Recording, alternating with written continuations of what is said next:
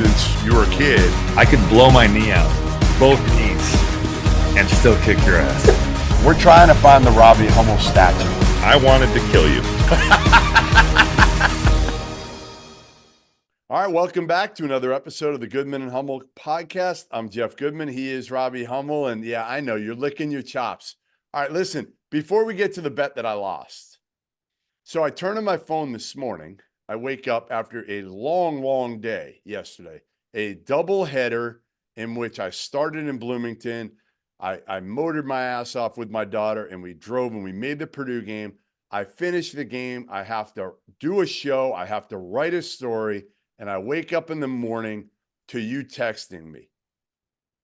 Tell everybody what you were texting me. When you were texting me. Well, I called you at 2. I wanted to see where you were at. I was, you said, let's grab a drink. All right. You were nowhere to be found. You claim you were writing. At 2 a.m. you were writing? No, I was asleep by 2. I was asleep by 2. Right. But yeah. I think I finished at about 1:30. And I turned off my phone because I didn't want knuckleheads like you waking me up. And I knew your past transgressions when you're in the city of Indianapolis and what you can do. I know your reputation in the state of Indiana is not good when it comes to you and alcohol. What do you mean? It's a great reputation. We went to Harry and Izzy's and had a great meal and had a couple St. Elmo's Coca-Colas. They're good. How you feeling today? I'm good. I got a big week this week, so I had to do some work, but yesterday was a pretty sweet day of college basketball. But before we get to that, yeah, you owe me. I do. And I've had some people. We need to make some ground rules. Like, so there's some, so my main thing for this is that you have to wear my jersey for the whole day. Okay, done. That's hilarious. I agreed to that. Which one are you going to get? So somebody sent me a cup. Well, now there's $100 one. I'm telling you right now, there's no way in hell I'm spending $100 on a Robbie Hummel jersey. No chance. Wow, I was going to buy some $80 Arizona shorts. I was ready for that. I thought to myself, the throwback shorts are awesome. I'll just buy those if I have to do this. I like the black jersey. I like the black Purdue jersey. I think I'm going to go with the black Purdue jersey. There's one for $26 that I feel like is probably a little bit hefty, but I'm willing to pay as long as the shipping isn't too much. I'm willing to fork over here's what I want you to do. Yeah. You are going to wear the jersey all day to wherever you go. Yep. No t-shirt underneath. Like you're playing. What do you mean? No t-shirt? No, this is like no t-shirt. You're wearing it like you are a player. Like it's just cut off sleeves. You're in Charleston. It's warm down there. Cut off sleeves. And I want you to get you can get whatever black shorts you want. Okay. They gotta be like Larry Bird short. Like short shorts. Larry Bird shorts and no sleeves underneath. And that's what you gotta wear the whole day. I think I can go with the no sleeves. Listen, here I'm going to give you your options here. All right, I'm going to give you your 2 options. I can't have it all. No, you can't have it all. Here are your options, though. The short shorts are not going to happen. All right, I'm not wearing ball huggers. I'm not doing it. But so awesome. What I am going to do, I'm going to give you 2 options. Yeah.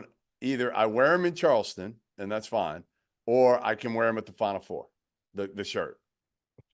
Now, not all day because I can't wear it all day because obviously I'm not going out at night with it to the pumps party. That would be awesome. All right. At the Final Four, would you wear it with no undershirt though? Jesus Christ. This is so You lost. bad. You made the bet, dude. You made this bet. But these weren't the stipulations weren't in there. Well, Greg Gary kind of gave me some inspiration when he texted me about this. No undershirt. All right.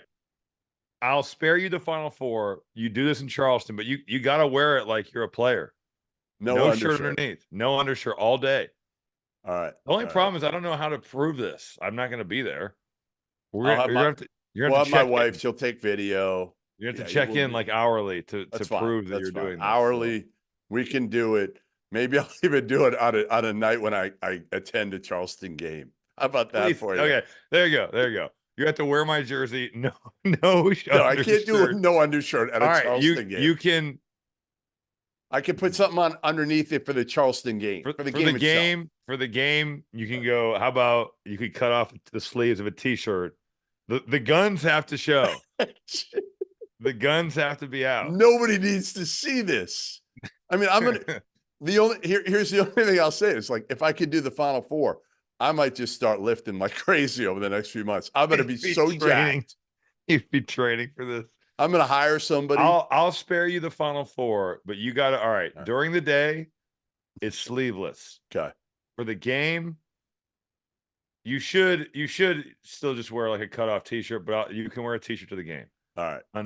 I'm in for that. All right. So that's the deal. It's got to be a muscle T-shirt that really grips the biceps strong. That's fine. That's fine. Got to be one of the. It can't be some I'm loose. Good with that. All I know is it can't be Larry Johnson grandmama T-shirt. Is what I'm saying. Just know, there's going to be revenge next year when Arizona plays Purdue in Vegas, because we can run it back. No, we're going to run it back, but we're going to run it back that night in Vegas. Oh, I hope I'm there. I mean, if you're there, what Peacock's going to fire you after 1 year? I don't. They draft the games every year, moron. Not like Peacock has this game in perpetuity. They will redraft. They'll redraft next year, and I'm guessing Purdue, Arizona will probably be a pretty high draft pick. All right. Well, listen. All right, let's get to the actual matchup now that we've got the ground rules set for me wearing. I got to get the damn jersey first of all. I got to make sure that nobody else bought. I hear these are in high demand. Somebody else might have bought the black one for $26. I thought about sending you. I have a jersey that the Nuggets gave me later after I had been released. When I first got signed, Sparky, the equipment guy, spelled my last name wrong. Oh, please. So I have a jersey that's like Hummle. Dude, I'll pay you $100 for that jersey, period. I don't know. It's a memento of mine. I might pay you $500 for that jersey. Well, we could talk at 500 maybe. But all right, let's talk about some real games. All right, let's talk about Purdue, Arizona first. And again, listen, we went through it for a minute last night after the game, but ultimately, I wrote a column, and I truly believe this, Rob. I believe Braden Smith is the difference in Purdue's team from a year ago to now because of his confidence, because he's just, older, more confident, not thinking about everything now, not questioning his decision making. Now, other guys are better around him too. Like obviously Zach Edey's better than he was a year ago. Lance Jones gives him an element they didn't have. But to me, it all starts with Braden Smith in the fact that I believe in this team as a chance to win the whole thing now, where, again, last year, and Gottlieb was the first one to say this, actually, earlier last year. He did say, he was like, I love Braden Smith, but I don't know if he's ready to be that dude as a freshman. Yeah, you could probably, and he certainly made the case that he was a year away. I think the biggest difference in Braden Smith is his mentality. I think that he is looking to score, and Matt Painter said something interesting to me. It was one of the I've done 5 consecutive Purdue games, so I don't remember what shoot around it was at, but one of the shoot arounds, he made the comment that I guess Braden Smith's dad works him out. I think his dad's a coach, and that they had talked after last season about how everything they do needs to be finishing with Braden looking to come off ball screens and make a play for himself. And you could tell. I mean, you could tell that he has really worked at that, and it's not just been like a skill development thing. It's been his mindset is that, man, if I'm coming off this and Umar Ballo is going to be in this drop, man, I am going to murder this. Yep. And he played like that. I mean, he was hunting shots, making big-time plays, and he still can pass, but, man, he can really score too. I think he has to be in the conversation of being an All-American. Yes. I think he has to be. I said that his last couple games, and he's been big time. So Edey gets all the accolades, and rightfully so, because he is a monster in there. He is so tough, and he makes Umar Ballo look small. Ballo's an enormous human being too, but he's 4 inches taller than him. And Fletcher Loyer was major league. After really struggling up in Toronto. I think he was 0 for 4, 0 for 5, had 4 points. But I think the thing with him has got to be, your lows can't be so low. His highs are high. 27 against Tennessee. He had a big time game, 27 against Arizona. But man, he's got too many games where it's like 3 points, 0 for 4. But he does not back down. Like he He talks noise to defenders. He's not afraid, and he stepped up and just, man, Arizona had some uncharacteristic breakdowns. I thought the trapping of the post from the strong side was really poor in rotation. They gave him like a couple threes where he's just, and they worked on it, shoot Wide around. open. They just didn't, their perimeter players were not ready to rotate. And they just gave up open threes, their turnovers. And I really was surprised at the way Purdue got them on the glass in the first half, just because Arizona had been the best rebounding team in college basketball up to this point. Now, they hadn't seen anybody like Purdue. But I was surprised by that. I thought that would be one of the differences in the game, and it certainly was. As you guys know by now, we've partnered with BetMGM Sportsbook for this college basketball season. We're going to be using BetMGM lines to make all of our picks and predictions throughout the college basketball season. And we are going to have special offers for you, the listeners and the viewers on the Field of 68 each and every week during the season. If you haven't signed up with BetMGM yet, use the bonus code FIELD1500 and you will get up to a $1,500 first bet offer on your first wager on BetMGM Sportsbook. Here's what you got to do. Download the BetMGM app. Sign up using the bonus code FIELD1500. Deposit at least $10 and place your first wager on any game. You will receive up to $1,500 in bonus bets if that bet loses. Just make sure you use the bonus code FIELD1500 when you sign up.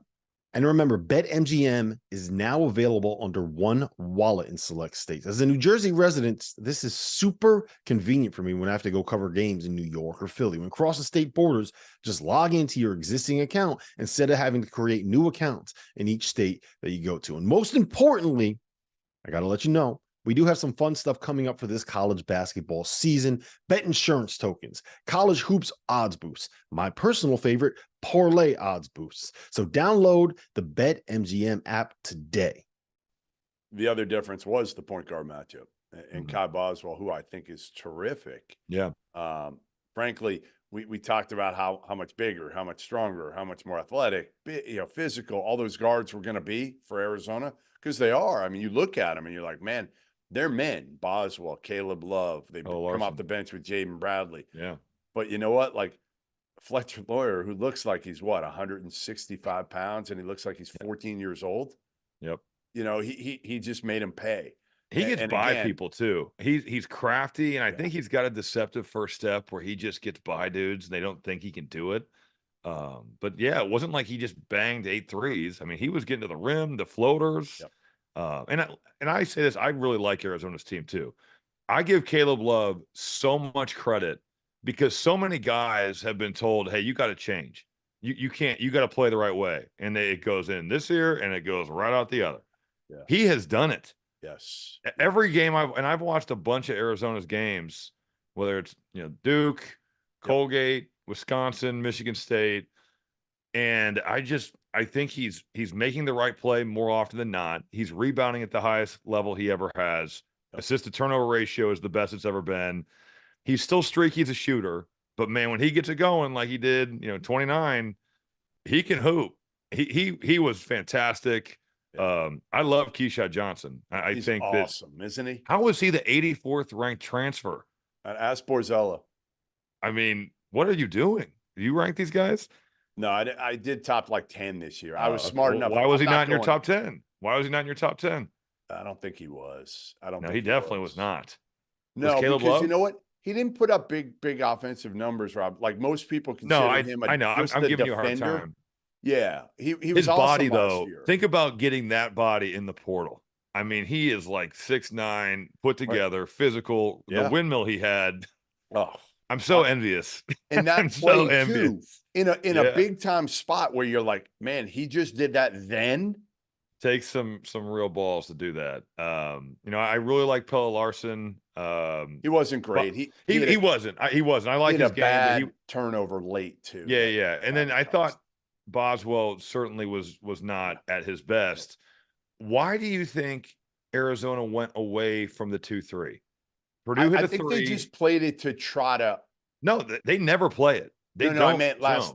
I meant last night. That was a Hail Mary. Like, we can't guard Purdue. Right. My question to you is why when you kept it going? Yes. I mean, Purdue made a 3. They overloaded it, and Purdue missed a couple shots with Edey that probably more often than not he makes. Yeah. But I thought Purdue finally got an overload with the ball screen. They swung it to Lance Jones. He makes a 3. Huge. But then after that, they went man to man, and then it was like 5 straight points. And I just thought the zone and the You would've pressure stuck of the with it. zone really bothered Purdue. It did. Well, It they weren't really ready took- for it. They weren't ready for it. And I think that's a great adjustment. Bill Self is the guy that stands out as someone that will just throw something out there and it really works. You know who's the master at it? You know who's the master at that? Was Who's Tim that? Floyd. Really? Tim Floyd would all sorts of trick defenses and just screw people up. Mhm. Because again, listen, if you're Purdue, how much are you preparing? You're not. No, I mean, you're not. You're And not. that's why when that happens, you're just trying to flash guys. How hard is that for you, Rob? When you played, how often would teams, again, with you guys, they're not zoning you a whole hell of a lot. No, I mean, we could shoot. And honestly, Yeah. I love playing into the zone because it was very easy for me to just flash in and out of the high post and go from kind of inside to out and step out, and we'd overload zones.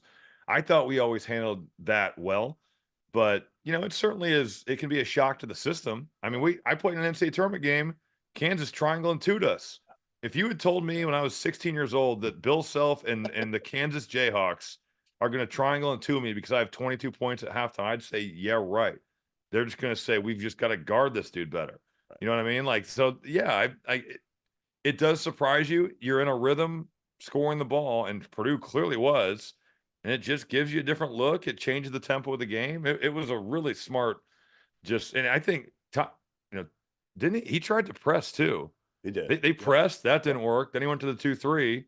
So he was just trying to press buttons to why figure not? out what he could. Why not? If you can't stop a team. No, I agree. And Not, I don't think why not do something different and see if it works? Now, again, your players have to be able to handle that. Well, right? And Arizona's personnel has length and athleticism, so that certainly helps. Yeah. But if you're getting scored on at will and man to man, I don't see why you couldn't say, you know what, we don't really practice this, but we kind of know what we're doing. Go out there and if we can always go back to man, exactly. It's not like we can't go back to it. So, who didn't impact the game that I thought might, just because I really like his energy and his effort, is KJ Lewis. Yeah, he was not. He just wasn't really a factor in the game, but he has been a factor for Arizona this year. I want to pick up where you left off with Caleb Love, because again, I agree with you 100% on that, and the accountability factor too with him is different at Arizona, right, on both ends of the court. Even there was one play where he didn't switch, I think, and I can't remember who made an open 3. Oh, it was him and Boswell were like having a discussion. Yes. Somebody made an open 3. I remember. And he came right out and he was like, "That's on me." And I just don't remember seeing that often at Carolina. I think he's much more accountable. And then on the offensive end, and I texted you at one point, I was like, "All right, Carolina Caleb," because I said he's keeping them in the game at this point. Totally. What do you mean? But Carolina Caleb doesn't always mean a bad thing. Well, that just means he's getting going. That means, you know what, he's feeling it. And he was feeling it.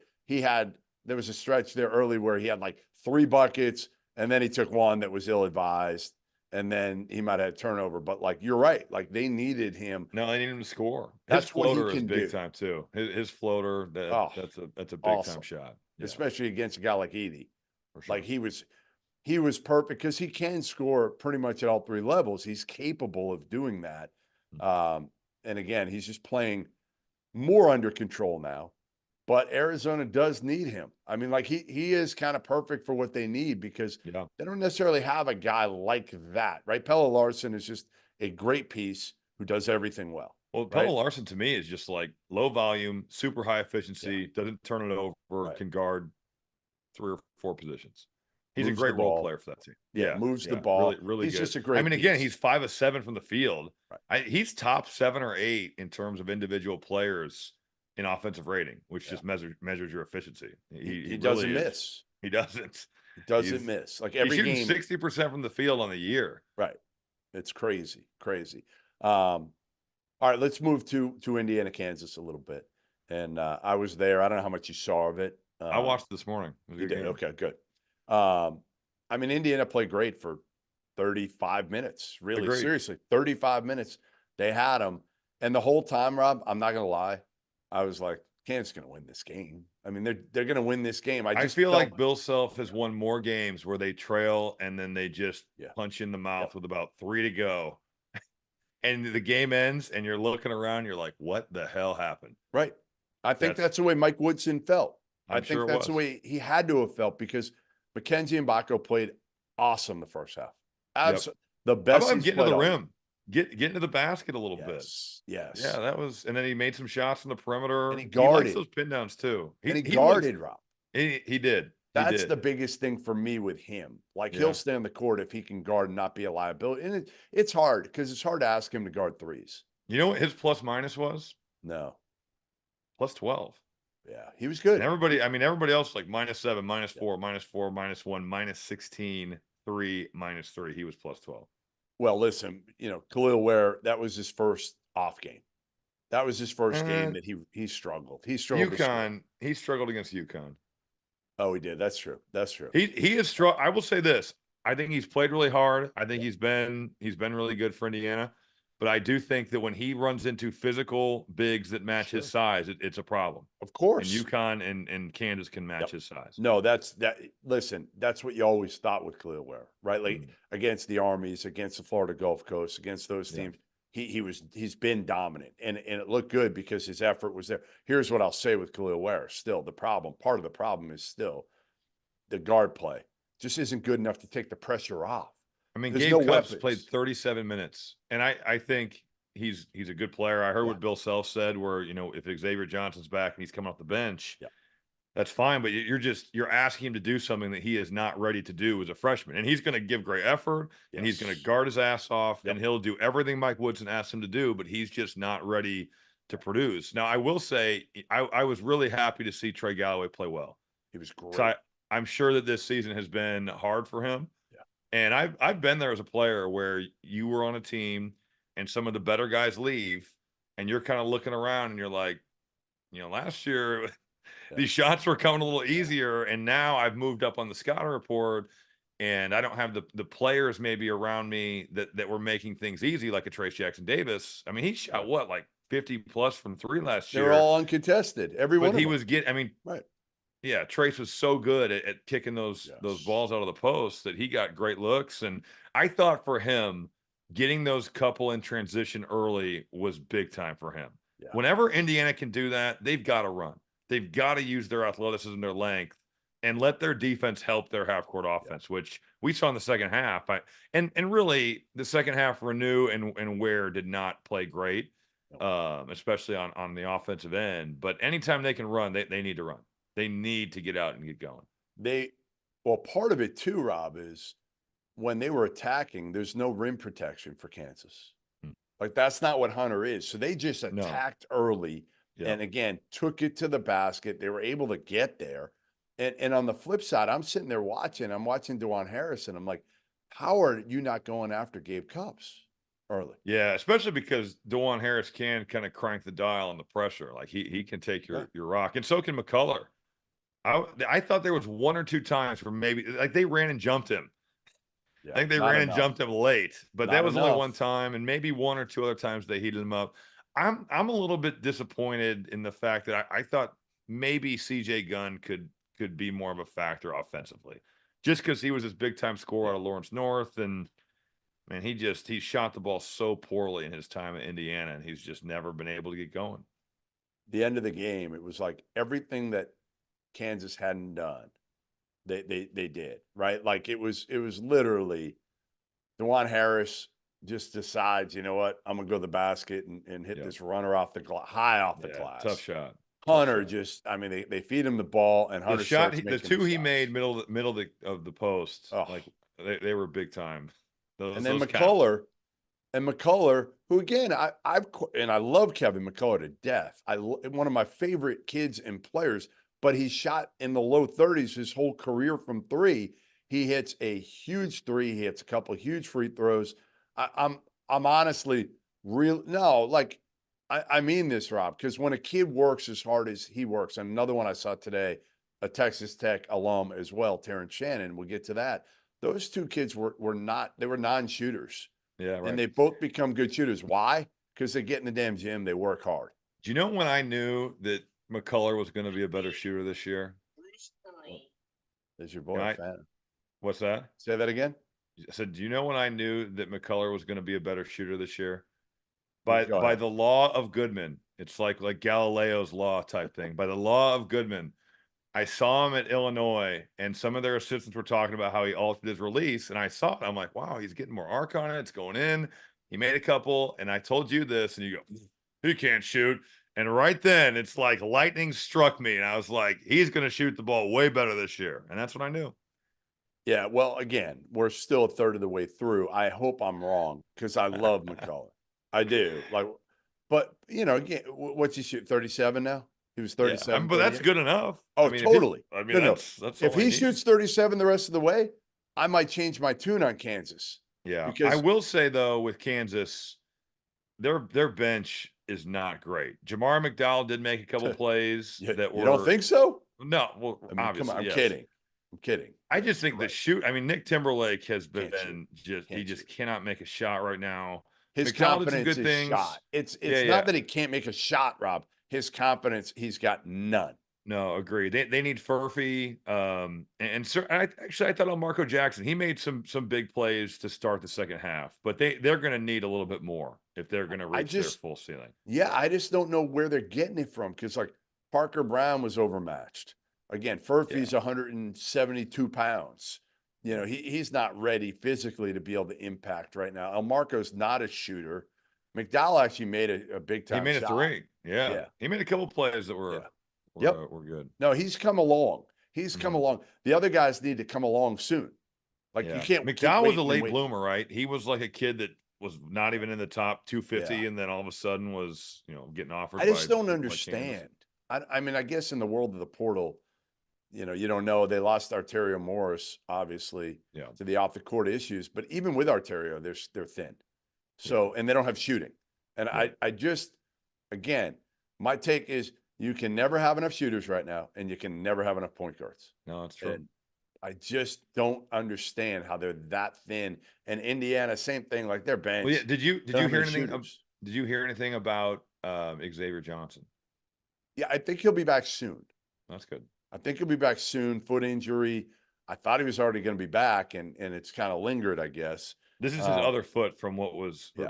From what is he the answer though, Rob? Ultimately, here's my take on Indiana. He's obviously their best perimeter shooter, and the crazy part is he's low volume. Right. I mean, but he's by percentage, But is he the answer to where they could be if they get a healthy Xavier Johnson? Do you feel like they're an NCAA tournament team, or do you feel like the jury's still out on that? I would still think the jury's out. Yeah. You lose to Auburn by 30, and I know he didn't play in that game. New York was pretty disappointing. Had to pull away late from Louisville.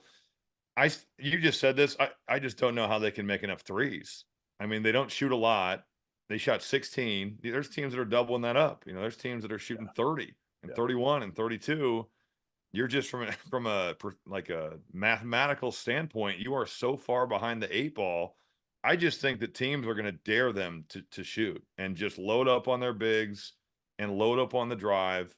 I don't know if he solves that problem to get him there, but they do need him. I mean, he is their best guard. There's no doubt in my mind that he is. It's all about roster construction for me at Indiana, and again, point guard play.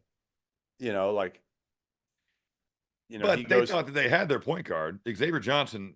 They felt good about that. But Rob, they didn't even know he was going to be eligible until the summer. Remember, he had to get the year. But didn't they feel like they had a pretty good chance? How do you ever know with the NCAA? I mean, come on. That's true.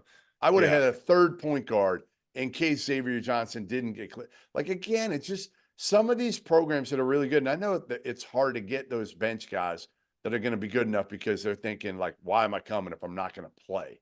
Yeah. I do. I guess think about too who Indiana took in the portal. You get Ware, you get Peyton Sparks, who did not play, and Walker, and you bring in Anthony Walker. Right. You bring in all these front court players, exactly, and get a guard, get a combo guard. No, I agree with you. Get a combo guard who can Maybe shoot maybe it. they thought CJ Gunn could be a guy that takes a step and he just hasn't. Yes. I don't know. Yes. I don't know. Are Because you got you Caleb Banks. I mean, I don't know. Yeah, I have no idea. when you're hiring for your small business, you want to have as many top tier candidates as possible to interview. That's why you have to check out LinkedIn Jobs. LinkedIn Jobs has the tools to help find the right professionals for your team faster and for free. I've used LinkedIn Jobs multiple times before, thankfully not to hire Hummel, but I've done it to hire plenty of other people, and it's been unbelievable. Effective, quick, everything has been awesome about it. LinkedIn isn't just another job board. LinkedIn has a vast network of more than 1 billion professionals, which makes it the best place to hire. Hiring is easy when you have that many quality candidates. So easy, in fact, that 86% of small businesses get a qualified candidate within 24 hours. LinkedIn knows the small businesses are wearing so many hats and might not have the time or resources to hire. Thankfully, with LinkedIn, the process is intuitive, quick, and easy. They even just launched a feature that helps you write job descriptions, making the process even easier and quicker. So post your job for free at linkedin.com/good. That's linkedin.com/good to post your job for free. Terms and conditions apply. Are you all in on Kansas, or are you still like, No, I think they're good, but I don't put them in that same tier. They very well could be the number one team in the country tomorrow when it comes out on Monday, just because they won't be. Purdue will be number one. I think it should be Purdue after beating Arizona. But no, I just think the lack of shooting and the lack of depth is a real concern. Yeah. Look at Arizona, look at Purdue, look at Connecticut. Agreed. Those teams, Agreed. like, they have 8, 9, 10 players where you like, and they All can right, so hurt you. that's my next question for you. We're gonna rank these in order of who we like right now. Who are the teams that can legitimately win 6 straight games and win a national title? And I want your Okay. top. I mean, I don't know if I can come up with more than 5 of them right No, now. I think the number is 4, honestly. All I'm right, not so even sure in on order, Houston. right now, give me your number one team right now that you feel good about that can win the whole thing. I think it's Purdue. I love Look this. at who they've beat. I love it. Look at who they've beat. Look at who they lost to. Fairleigh Dickinson last year. That's last year, dude. I really believe that this is a different.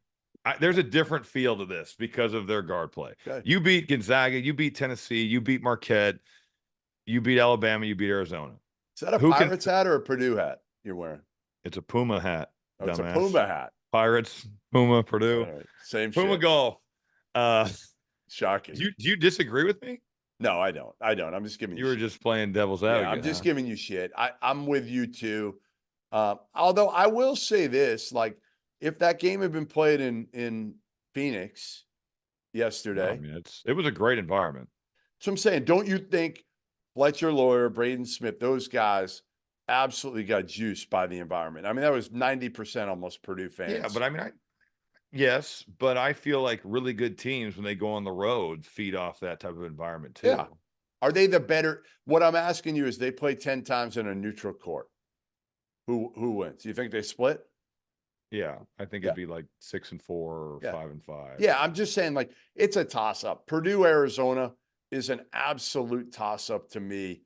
Again, if Fletcher Lawyer doesn't make all those shots, Right. Arizona probably wins that game. All right, so are you with Purdue and Arizona as 1 and 2 right now? Yeah, I feel good about that. All right, I would go UConn at 3. I'm Yeah, going I'd go- UConn ahead of Kansas. Yep, I Are agree with you? that. Yeah, I would go UConn at 3. Who do you have at 4? I just haven't seen. I mean, Houston, they're always so good. They're always so well coached. Their wins are solid. I mean, Utah, Dayton, Xavier, A&M. But those aren't the same level to me as, like, you look at Purdue or you look at No, not even UConn, close. their No. wins. So I got it. It's like they did it's like they did a non-conference schedule of the AAC, or something like that. You know, Kansas best. I mean, Kansas beat Connecticut at home. They've beaten Tennessee on neutral. I'd go Kansas, then I'd go Houston. Yeah, I would say to me, I would probably go, honestly, maybe this is crazy. I think I'm going to go Marquette at 4. I just worry about Marquette with big physical teams. Sure. I'm with you. Iguodala gets in foul trouble, and Yep. it's like, Yep. but I'm their with you. guards can go. Their How many of guards those are there, though? How many of those that he can't handle? I mean, you look at Kansas with Hunter, Purdue with Edey, Connecticut with Klingon, Yeah. Arizona with Ballo. So No, all I the think he can teams we're handle just Balla. talking. I think he can handle Balla. I'm just talking about his sheer size. I mean, Yeah. Iguodala's what, 6'10"? Yeah. Yeah. He's just not thick. Yeah. You But know, those would be, I guess, like a team like Creighton would have Kalkbrenner. But I'll say this again, they got the best point guard in the country. And even when I was talking to a lawyer about this, he was like, I think Braden's a 2 to 5 point guard in the country. And he even admitted, he's like, Kolek Swan. he saw him. He gave him 22. They got Yeah. I mean, listen, personal. You got Kolek and Cam Jones. That's a hell of the guards can go. Like they have guys that can play. I like Marquette's team. Yeah, I do. I would go Marquette 4. I would go Houston 5 for me. But I will say, like, Marquette gets manhandled at Wisconsin, and the Purdue It's game a rivalry. was close. But that's a rivalry. And it was a big time atmosphere. Right. I do worry about them on the glass and with really good.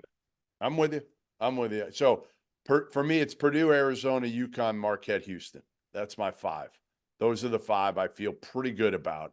If you said, gun to my head, here are the 5 teams that can win 6 straight. I am not putting Kansas in that conversation, which is insane. I know, because of Bill Self, because I really like their players. I just, again, if you don't have shooting, I don't think you can win 6 straight. Yeah. How well did Arterio Morris shoot it last year? Not great. He's not a shooter. He's an athlete, right? He was never a shooter.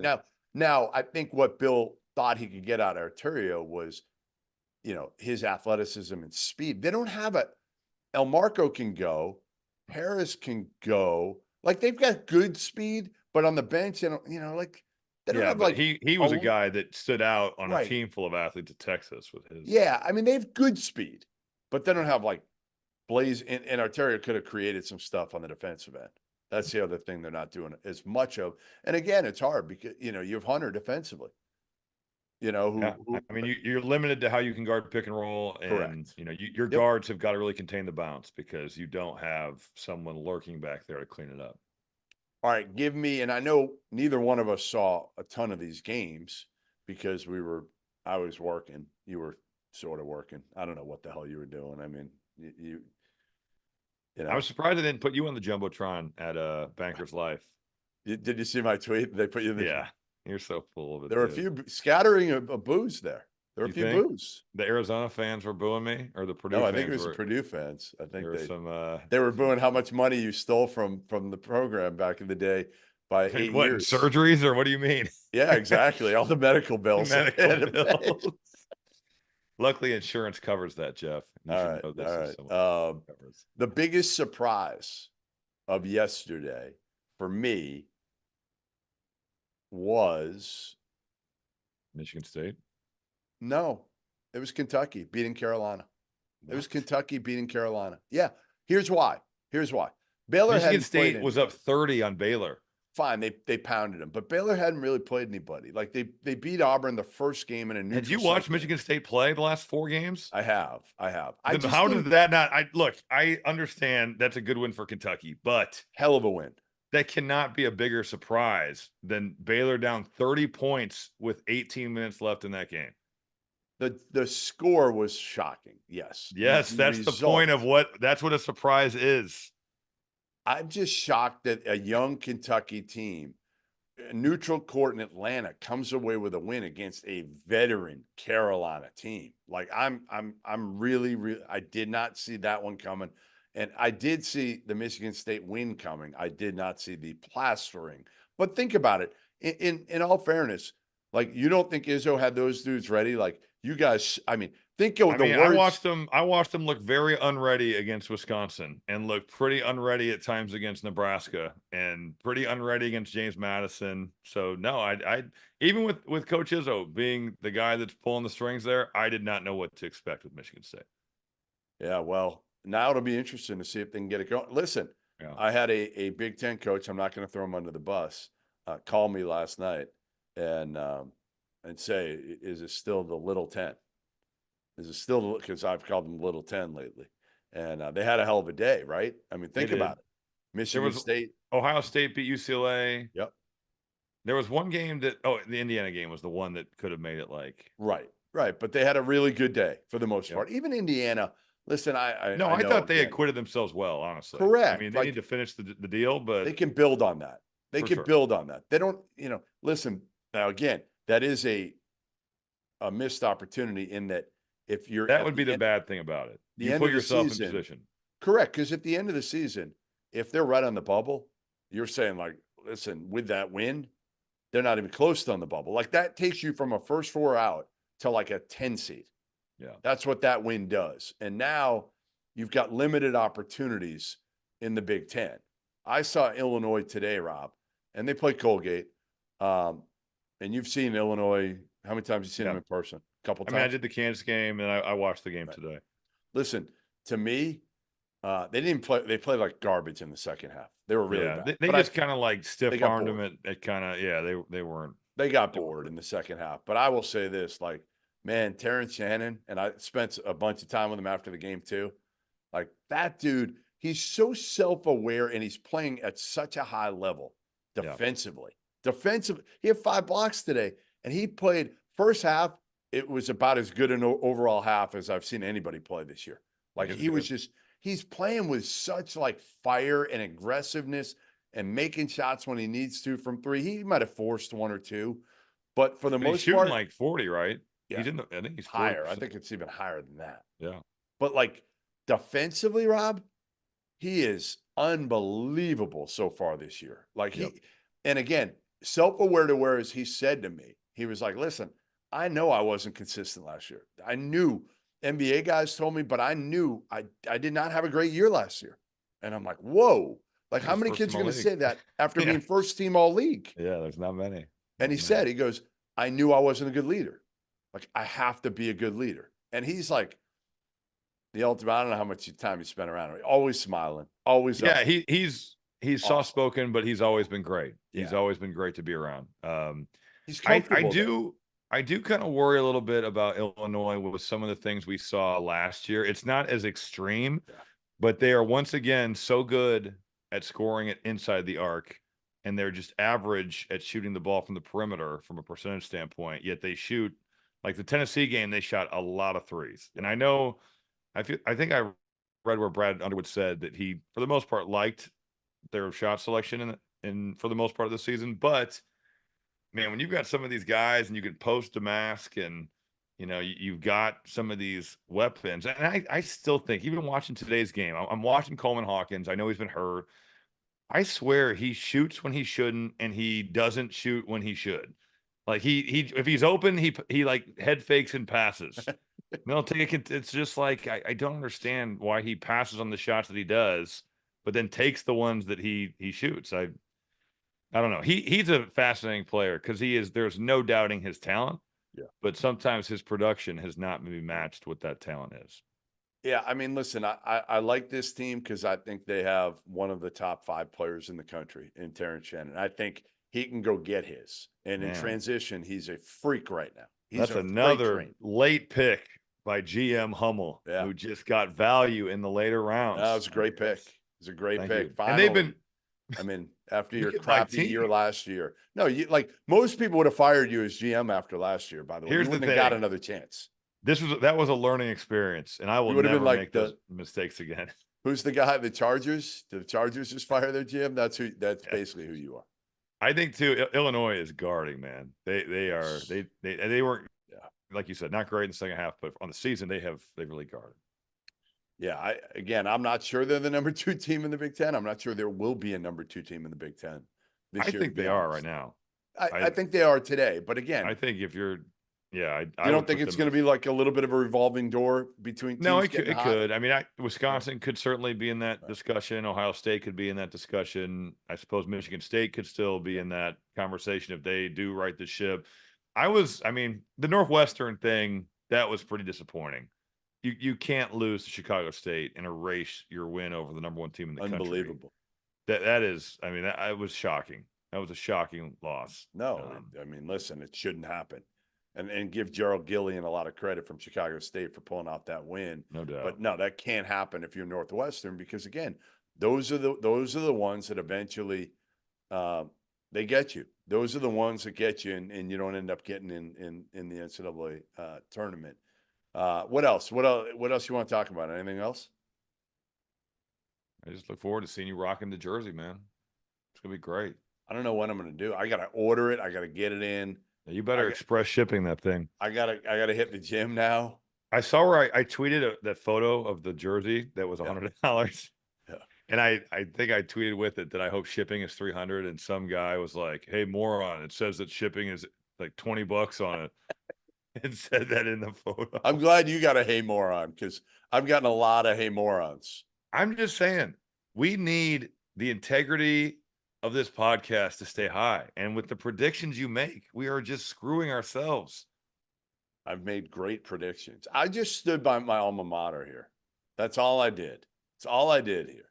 Well, that was probably one of your, I mean, taking Arizona in that game was one of the more actually not brain dead ones that you've done, because some of these, I mean, like St. Mary's, the Final Four, Michigan State in the same discussion as Purdue. I can't. They were 11-8 last year. Were you happy to see Juwan Howard back in the main chair after he got cleared? I mean, he got cleared of everything, which was, listen, the medical stuff cleared, cleared of any major wrongdoing. So he kind of took over after, I don't know what you call it, what he was doing before that, sitting on the bench. Right. And again, they started off well here in his return, which is good to see. My question to you, Rob, is what does Juwan Howard need to do this year to kind of have some more, to be able to get another year next year? Again, because frankly, they underachieved greatly last year. They underachieved 2 years ago in the regular season, but obviously made a Sweet 16. This year, if they don't get to the tournament again, does he get one more year? If he doesn't make the tournament 2 years in a row, he's still one of their own. That's where I come back to. Yeah. This is really hard when you are one of the best players to ever play there. Yeah. Much like it would be hard with Penny Hardaway, and it would be hard. It would be hard with Matt Painter. I mean, how about how it was at that school? All you have to do, Rob, is look at how long it took them to fire Patrick Ewing. Remember? I mean, he had to lose like 100 straight games. 100.